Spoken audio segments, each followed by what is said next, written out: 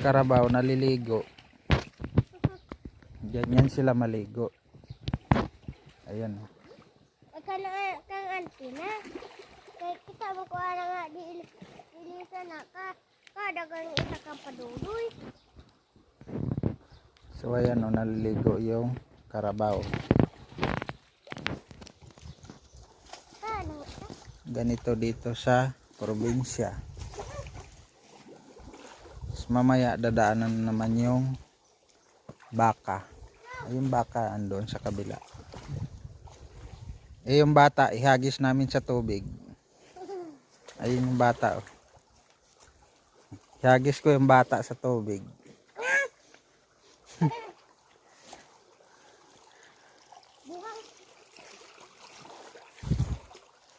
Yun oh. Yung karabaw naliligo, tinaihan.